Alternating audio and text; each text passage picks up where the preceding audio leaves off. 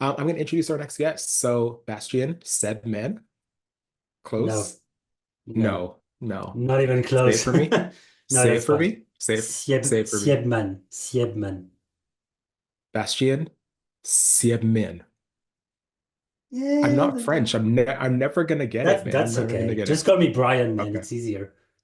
Brian. All right, Brian's here. And I'm going to introduce him for the sake. So many of you already know who he is. Like I said earlier, if you don't know Bastien, he's an Asana partner. And he's been a long time member of the Asana community. He's also joining us from Paris today. So we're so thankful for you to give us your evening here to share even with the time difference. And so Bastien is the co-founder of I Do, a company that has helped over 400 companies implement Asana successfully. Massive number. But not only that, but more than 20,000 companies have used their tools, and 40,000 individuals have benefited from their insights on the Asana online forum. And so if you didn't know, I Do has created a set of tools that you can use and integrate with Asana. You might have seen some of them as you're building rules and all of this stuff is available to you and shared through the forum as well as many other places. And so in his session today, we're going to be talking about mastering Asana. These are the do's and don'ts of Asana. He'll be sharing some of the most common challenges people run into when using Asana, as well as the best practices that can really help you streamline your workflows. So without further ado, please join me in welcoming Bastien Siebman. Yeah, very good. You do know not all French people live in Paris, right? I do not live in Paris, but that's fine. He's joining us from France today. How about that? So, That's okay. all right, I'll Um, hand over to you. Take it away. Yeah, thank you. So when you asked me to come and do a workshop again, I accepted obviously, and I thought I would go back to the basics. AI is very exciting. There's lots of potential, but as I always say, you have to make sure your Asana space is clean. You now have to make sure you know the basics. So today I want to go through 4 things you should do and 4 things you shouldn't do. I'm going to share my screen in a second. Make sure to use the Q&A box to ask any question. I won't be able to read the chat at the same time. It's a bit too much for me, but I will we'll have some time at the end. Don't worry. I'll help you out. We'll Um, help you out with the chat as well. okay, perfect. Yeah, and feel free to interrupt if there's a question that is a pressing issue. You can always interrupt me. That's fine. All right, everybody sees my screen?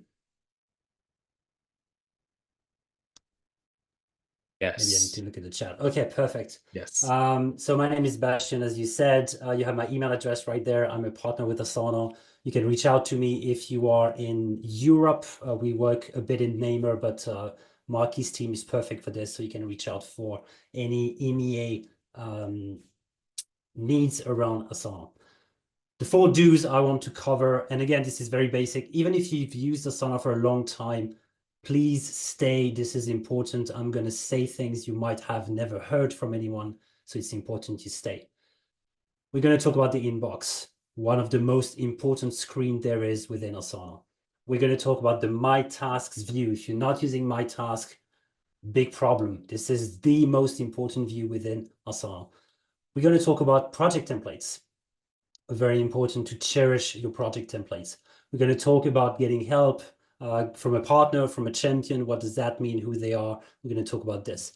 The 4 don'ts, everybody loves this topic. The subtasks, we're going to talk about the subtasks. I will also discuss throwing tasks at people and what that means. I will also explain why you shouldn't expect to just sit back and relax when you set up Asana. And the last thing is you shouldn't expect Asana to do everything. Okay, let's go. I'm going to use a demo space that we have. This is the one we use for all the client engagement and demos. It's filled with fake data that's supposed to be super clean, but sometimes if my team is doing a demo at the same time, it's not always perfect, but it should be perfect for this workshop today. Let's start with the inbox. The inbox is located there in the top left corner. This is very important. Knowing how to use the inbox is important because that's the only way to know that you are on top of everything and that people do not expect anything from you except tasks that are assigned to you. And I'm going to go to the My Task view in a second. Obviously, My Tasks is very important, but your inbox is not a second to-do list. I'm going to say this again. Your inbox is not a to-do list. Your inbox is a thread of activities, of things you should look at and read, which means that every time you read something, you should archive that message. There's two ways to archive. You have the button right there, the archive button. You can use the letter E on your keyboard. And some people actually know this letter because sometimes you start typing a comment, you missed the box, and every time you hit the E key, it archives the message, which is very annoying. If anyone from Asana is listening, this is very annoying. You should try to fix it. But anyway, you can use the E key to archive something. Archive, archive. In some cases, people might use comments and say things like, can you help? Can you please do this? Can you please do this and that? That's fine, but you shouldn't delegate work using comments. You need tasks.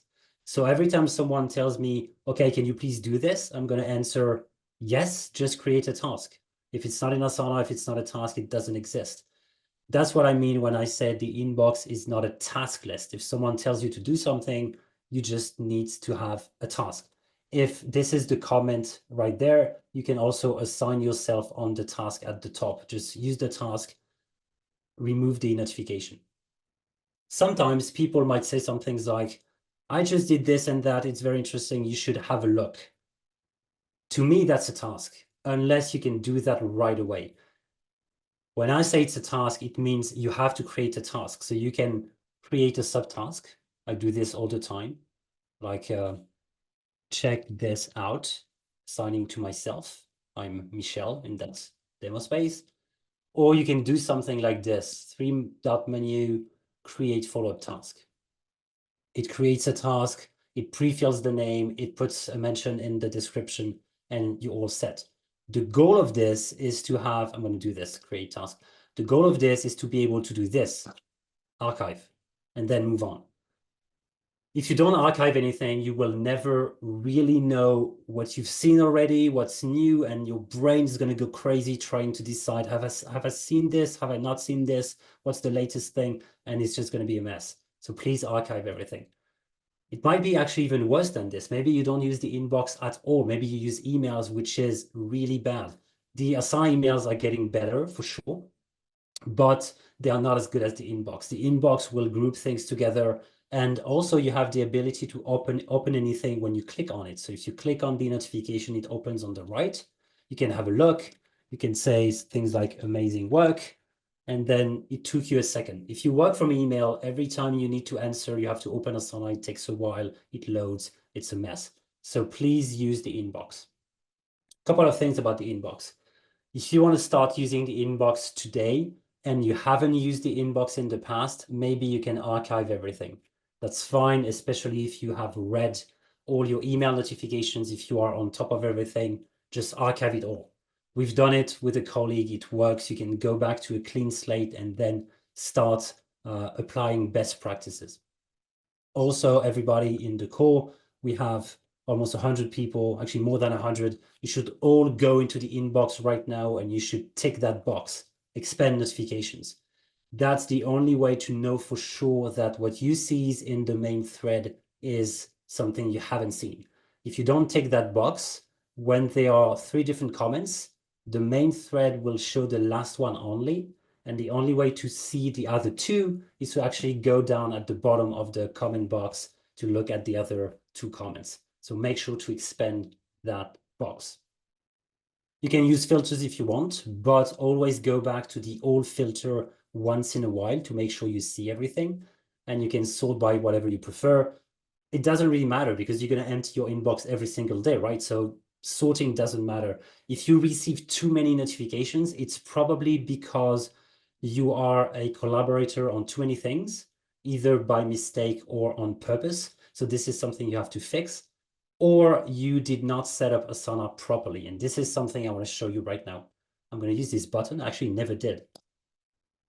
Hey, it goes here. So it goes into the profile settings. It goes right there in the settings. if you go right there, if you go into notification, you can disable those email notifications. I've talked about this, disable by clicking the none button. And also something I want you to do right now is to go into project notifications and you want to toggle off the last one.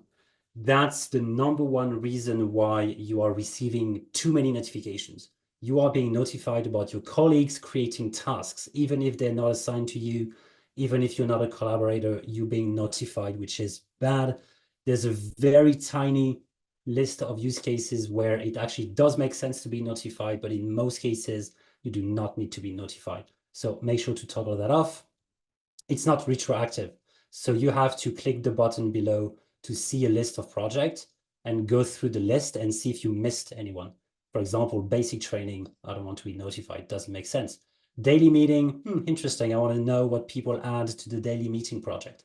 And you go through the list at least once, but make sure to toggle that off. That's it. If you archive something, it goes into the archive section. You can always bring it back. It's not a problem. Let me know in the comments if you are doing inbox zero. I'm doing inbox zero almost every day, and this is amazing. It is really hard, but it is amazing. So let me know if you manage to put it off. I have a lot of passion for the inbox, I'm sorry. Enter your inbox, done. Mastering the My Task view. In my opinion, inbox and My Tasks are the most important views. You should spend 95% of your day within those two views. If you don't use the My Task view, you are, I think, in my opinion, completely missing the point of Asana, because you are chasing work within project, or worse, and I've seen this in the past, you are just reacting to emails you receive, which is really bad. You're really not on top of everything. You are probably overwhelmed. Things fall through the cracks. It's a very bad situation to be in. So really learn how to use My Tasks. I'm going to spend a fair amount of time on My Tasks. The My Task view shows everything that is assigned to you in whatever project. And we can see there's a project column right there. You can see things coming from all the different projects. It might look messy, especially if you haven't used the My Task view for a while, and you might need to do some cleanup, but that's the only way to get clarity on exactly what you have to do. It doesn't matter if a task sits in a project or another project. This is something people expect from you. You have to do it. And you can't do two things at the same time. That means there's an order. You have to do one thing and then another thing. The My Task view really allows you to take back control of that list and decide what you want to work on next. There's lots of different ways to use the My Task view. First, you have the list view, you have the board view, you have the calendar view. I don't like the board view, and actually, yeah, you might remove the board view if you want. The calendar view could be problematic because it only shows things with a date. And as we're going to be discussing, not everything has a date. Not everything should have a date. So if you look at the calendar view way too much, that means you're going to miss some of the tasks assigned to you. So my advice, if you have to choose, is to rely on the list view most of the time. The list view has mainly two ways to use the list view in a good and efficient way for My Tasks. The first one is grouping by due date. There's a group button right there. You can group by due date. It's going to create those sections automatically. You can see those are fake sections. You can't edit them. You can't change the name. Asana decides the groups. It groups things by due date. The benefit is you can close it all off and you only see things that you have to do today or things that are overdue. So really helps you only see what's due for that specific date or is overdue.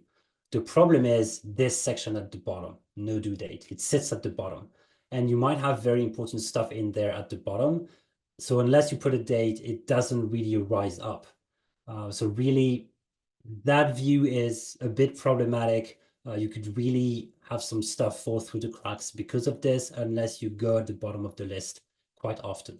And I know that some companies, they say that you need dates on everything. I don't really agree with this statement either. And even if you decide to do this, you will probably forget some dates at some point. and things will go at the bottom of the list. But it's a good view to at least look at things that are overdue, things that are due today, so you can also toggle between the different views. The one I use the most is this one, group by section. That's the one that gives you the most control.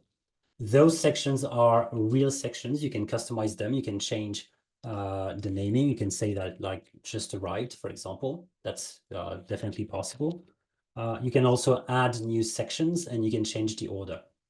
In my case, just to let you know, I have meetings at the top. I have must. I have recently assigned, and then I have should and could. So I'm going to say it again. Meetings, must, recently assigned, should, could, and later.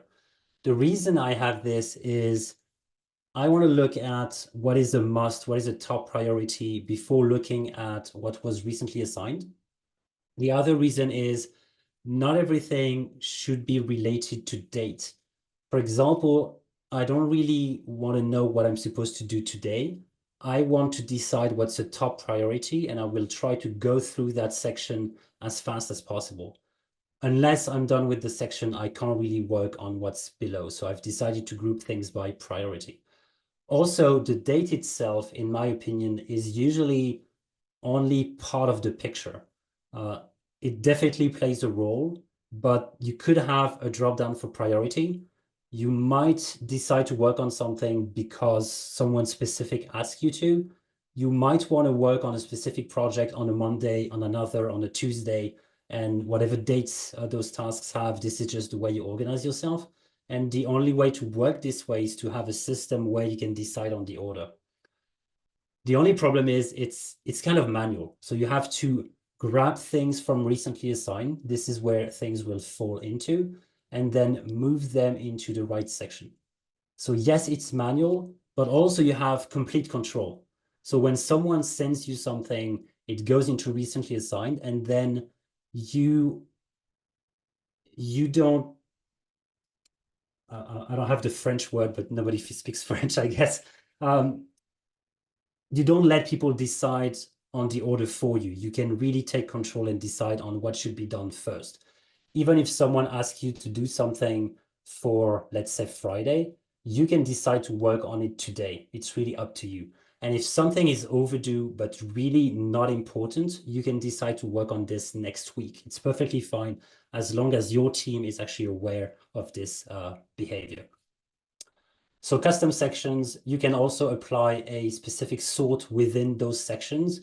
So the due date sort is definitely a good option within those sections, especially if you have a top priority section, a secondary priority, then within that list, having the due date at the top is probably a good idea. So this view, super important. Things come into recently assigned, you triage them into the right sections. The last thing I want to talk about regarding the later section is if you put things into later, so for example, this one, it's for literally next year, so it's really far away. I'm going to put that into later. But I don't want to go into later every single day and look for stuff that are due today. I want things to go up automatically. That's called task auto promotion. It used to be automatically set up, but it's not the case anymore. So I just want to show you how that works, and some of you can do that right away. You go into customize, you go into rules, you create a new rule using the add button. Then you're going to have all those suggestions of rules you can implement. That's the first one. It's easy. It's the very first block you're going to see. Due date is approaching, move task to a certain section. If you click, it's going to create a rule for you. The trigger is task is due today. The action is move task into recently assigned, today, high priority, whatever you decide. That's what will make things go back up automatically. And that's, to me, that's the most powerful feature Asana has. Every time I get something, I put a date and I push it into the later section.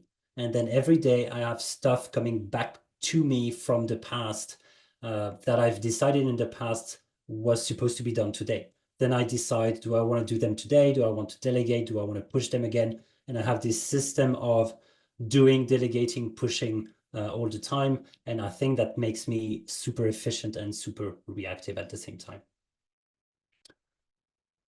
Marquis, anything to say about the chat and the questions? Can I keep going? You can keep going. People are just loving the tips. They're saying that they're going to apply a lot of these things. They love the auto promotion. And so actually, a question just popped in if you want to take one. Yeah, sure. All right, it's from Joey. So, if we're using a client's Asana space, how can we add rules to my tasks? I tried sharing the My Tasks page with an admin account, but I couldn't add rules from admin account as well. So Yeah. I'm guessing the question is related to the fact that guests cannot create rules. And the thing is, within My Tasks, whatever account you're in, you can at least create the one I showed you, the auto promotion. I'm 99% sure you can do that in whatever account. This was, I don't know if it's new or not, but it used to not be the case, but now you can create that specific rule within your guest account My Task, but it has to be within the My Task view My Task project. You can't create those rules into any other project within that space if you're a guest. And one other question here, can you save multiple views in My Tasks? Yes, so now you can. I think this is something being rolled out, and you can see on my screen this is available. So those are saved views. I think it's being rolled out slowly, so not everybody has this, but it's a matter of days or weeks before everybody has it. So those are called saved views. They are amazing. If you look at my do's and don'ts project, you can see I cleaned up everything at the top. You can see I created a node project that was my landing page. And you can create different lists with different filters, different sorts. It's a game changer. It's amazing. And a little tip, if you use an emoji, because we all love emojis, don't we? If you use an emoji as the first thing of the name, it will replace the actual icon you have on the tab. I love this one. Okay, I'll keep going. Love your project templates. Project templates are very, very important. This is where you're going to store your team knowledge. It's important for three reasons. The first one is it's going to streamline the way you work. You're going to save time. Everything has been documented properly. Everything has been improved over time. You're going to save time and you don't have that overwhelming feeling of remembering everything. So streamlining everything. That's usually what people think right away, but you don't think about the other two. The first one is someone leaves your company or leaves your team. They don't leave, they don't go away with the knowledge that they have, because the knowledge and the experience they have has been injected into the template. They helped create and improve that template. So when they leave, you don't lose anything. And option number three, and reason number three is when someone joins the team, they can follow the templates you've set up. They don't have to be onboarded for hours and hours at a time. They just follow the template. They might have a few questions here and there, but they have a very clean list, a roadmap of things they have to do. For example, when you release a new marketing campaign. So that's going to guide them all the way. That's going to streamline everything and make sure you have consistency. So let me show you a template. This is a marketing team. They organize different events across the globe. And obviously, all of those projects are based on a template. That's the template. My experience is that people do not spend enough time creating templates. They create a template, it's exciting, they put a few tasks in there, and then they use it and then never go back to the template again. So the first thing is you're going to have to go back to the template again and again and again. Almost every single time you're going to use the template, something's going to be missing. You're going to have to go back, improve the template so the next ones can benefit from the changes that you've made. The second thing is you should spend time within the template so you don't have to spend time within the projects. What I mean is decide on assignees, roles, define due dates, define dependencies, define project members. All of that could be predefined within the template. If you look at that list, Larry Page, this is just a guy from my team. Larry Page is always working on this specific tasks. So if it's always the same person working on the same thing, just pre-assign that task. Those other tasks, number 3, 4, 6, 7, 8, they are always done by the PM for that project. You don't know who the PM is, so you create a role on the left-hand side. You create a project role and you assign those tasks to that role. When someone will use the template, when they create the project, they will be asked for the project name, project start date or due date, as well as who's going to fill in those roles. You're going to save a ton of time. Regarding the dates, you know exactly that the event brief should happen 5 days after the project starts. It's almost always the same thing. The budget overview happens 6 days after. Even if it's not always the case, by doing this, when you start a project, you're going to have a timeline, you're going to have a Gantt view, a calendar that's almost perfect. You're going to have to fix a few things, you have to fine tune. Maybe some stuff will fall in on a Friday, but you'd rather have that on a Monday. But it's just fine tuning. You don't decide on dates. And as soon as you launch the project, you have people assigned, you have dates, you know exactly how busy people will be for the entire duration of the project. You're going to save a ton amount of time. Make sure to have the right custom fields defined as well. Define as much as you can. I know that those templates, they have some limitations. There's some stuff you can't do. For example, you can't have recurring tasks for whatever reason. I don't really understand. You can't have a dashboard pre-created. There's a few limitations, but in most cases, you can do a lot of stuff within the template. I want to finish with 3 things about project templates. In the top right corner, it's a bit hidden, but this is where you can define who are the default project members. If you always want your boss as a member, your assistant, yourself, and the admin, you can put them right there in the template. If you go into the settings, you can define who has the ability to edit a template. As we've talked about earlier, the template might be something that is really important for the company. So you want to make sure that not everybody can change the template. It's too important. So make sure to decide who has those credentials to update templates.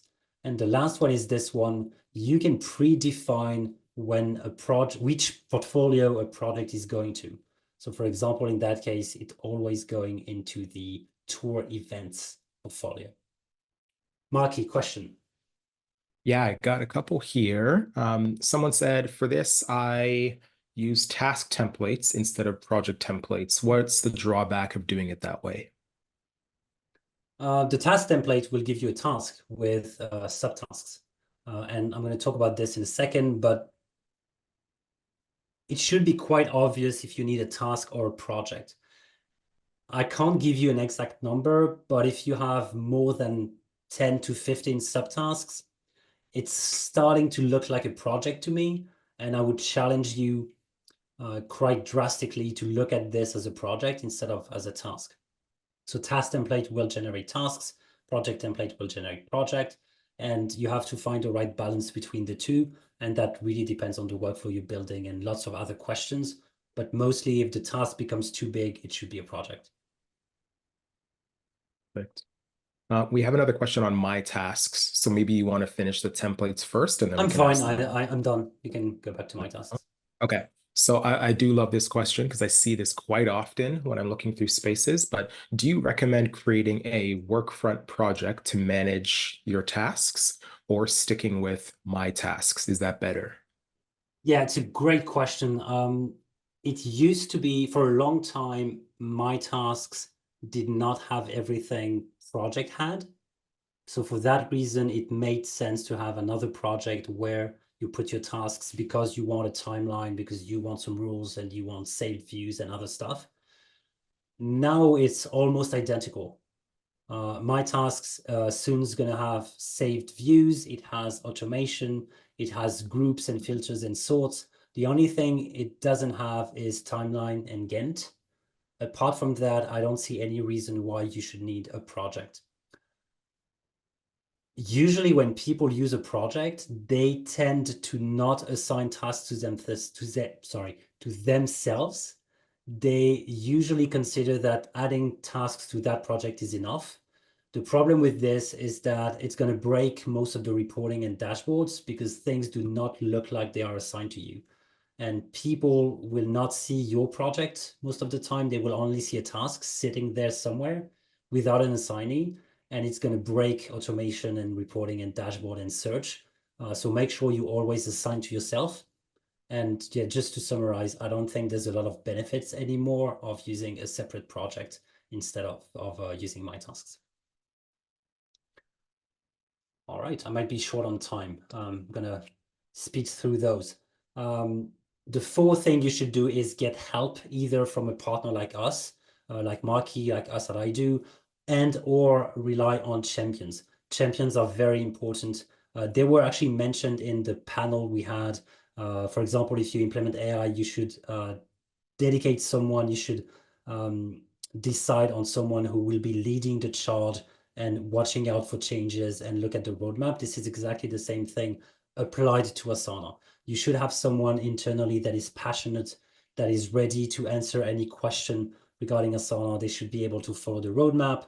They should join the ambassador program, the ambassador community. They should join the forum as well. And they should be in the Slack community. There's a lot of stuff they can do to stay in touch with the different changes. Asana is changing very rapidly. There's a release note that goes out every month. You have between 10 and 20 items per month, but it's only the tip of the iceberg. We follow the roadmap very closely. They are way more than this because not everything is listed in the release notes, and only a champion by going through the forum and reading the different newsletter will be able to know exactly what's happening. And that takes time, so make sure to give them time so they can do that work. All right, I can see tons of questions in the chat. That's amazing. The four don't. Actually, I'm going to start with this one. It's a quick one. Do not expect Asana to do everything. Asana is a great lightweight CRM, but it's not a CRM. It's a great lightweight marketing campaign manager, but some marketing tools exist for your vertical, and maybe they are better. They do things more advanced, so you might want to rely on them. Asana is great for doing basic Gantt charts, but Instagantt is amazing if you want to go beyond the basic Gantt. Reporting, dashboarding might be limited. Power BI is amazing and will allow you to unlock a lot of that value. So don't expect Asana to do everything. We all want Asana to stay simple and easy to use. We don't want Asana to do everything. So we trust the team, the product team, to steer Asana towards the right path, the right destination, and you will definitely need third-party apps around Asana. This one is a quick one as well. When you set up a workflow, just like the project templates, do not expect to set up something, sit back and relax and don't do anything anymore. A project template has to be updated quite often. Any workflow for that matter will have to be updated quite often because you're going to find new edge cases. You're going to see your team growing and the workflow doesn't work anymore. You're going to want to add additional steps that were missed for a couple of times, and that costs a lot of money to the company. So you want to add additional subtasks or instructions as comments. That's lots of ways to improve the workflows. So make sure that you review those processes quite often and improve them quite often. I will actually finish with the subtask. This one is important. Do not throw tasks at people. Things like PowerPoint updates. And I don't even have the assignee column. If you do this, it's not a task. It doesn't mean anything. There's no verb, there's no date, there's no project for that matter. There's no description, there's no comment. However, update PowerPoint after Monday meeting discussion, deliverable, updated version uploaded in SharePoint. Thanks a lot. Let me know if you need help. That's a perfect task. It has everything. The right task title, starting with a verb. You know the assignee. You might even put a due date, Friday. You explain what you want in the description. You even placed a comment to share and encourage people to do the work. The only thing I'm missing right there is I put a due date, but I did not explain what it means. So I need to do something like the due date for Friday is a soft deadline, but it has to go out by next Friday. That's a perfect task to me. You have everything you need in there. The person knows exactly what they have to do. So don't throw tasks at people expecting them to understand what you want. You prepare your task, you write everything, and then you assign to them when the task is ready. All right, last topic, subtasks. I'm not against subtasks. I think subtasks are very powerful. You just have to learn how to use them properly, and you have to learn the limits and the edge cases of subtasks. One thing you have to understand is that subtasks do not technically belong to the project you see them into. What I mean by that is if I go to a project, for example, the Tokyo project, if I go into this one, yeah, great example. As I said, it's a demo space. This subtask doesn't really belong to the Show Tokyo project. It is a subtask of a task that belongs to the project. And that's a big difference because it will not be treated always the way you expect it to in dashboarding, in reports, in search, in automation. It will not always trigger automation the way you expect it to. If you put a due date on there, it will not have an impact on the due date of the parent task. If you complete all the subtasks, it doesn't complete the parent task either. If you do something, and it's the other way around, if you complete the task at the top, it doesn't do anything to the subtask. So it's not connected beyond the parent-child relationship that they have. Things are getting better.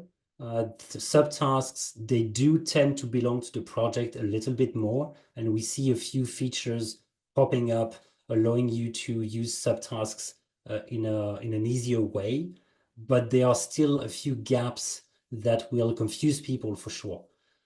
The ideal use case is subtasks being used as a checklist for people to list things they want to do in order to complete the main task.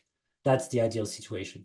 So for example, if you have to design a social strategy planning, and you can see there's a verb missing, design, you might do something for yourself saying like, look at last year strategy, organized meeting, blah, blah, blah. That's only for you to use. I know that you can assign subtasks to other people. You can have dates as well. It's fine if you use those features, but just keep in mind that some people might get confused because they only get the subtasks. They might have to navigate to the parent task to see the context. So it might be confusing for people if they're not trained enough and if you're using subtasks too much. Before answering the question, I just want to finish with one thing. Having too many projects is not a problem. We worked with more than 500 clients. We have 500 Asana projects. It is perfectly fine. We have our 50 strategy clients within a portfolio. The other ones sit within the same team. We never have to scroll through the list. We always use the search. We use dashboards. We have lots of ways to find a project. I would rather have 500 projects than having 500 tasks with subtasks. So I'm just going to finish on this. Having too many projects is almost never a problem. Having too many tasks with too many subtasks is usually a problem or will be a problem later on down the road. That's it. I'm done. Marky, you want to take over? You want me to go through the questions? Do we have time? Yeah, we do. We've got 5 minutes left. So we've got a couple questions here. Corey asks, I'm attempting to push my Gmail emails to Asana. I know there's a way to send individual emails one at a time. Is there a way to set up a way for all Gmails to be funneled into Asana? And if so, do you recommend this? I think I've tested this in the past. I think you can set up a forwarding address.